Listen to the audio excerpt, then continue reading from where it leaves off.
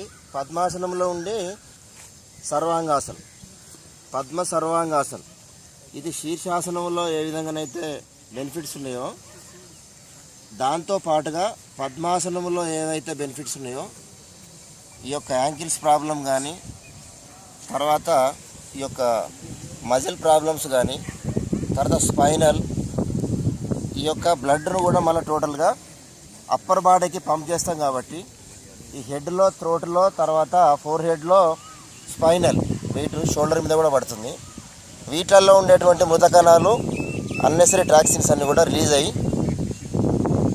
Blood circulation ద్వారా ఈ యొక్క యాంటీబాడీస్ పర్ఫెక్ట్గా యాక్టివేట్ అయ్యి ఈ రుగ్మతలు రాని స్థితిలోకి వెళ్ళడం జరుగుతుంది.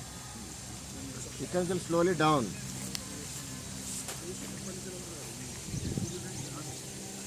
కూర్చొని కూడా చేయొచ్చు ఆసనాలు. ఓకే.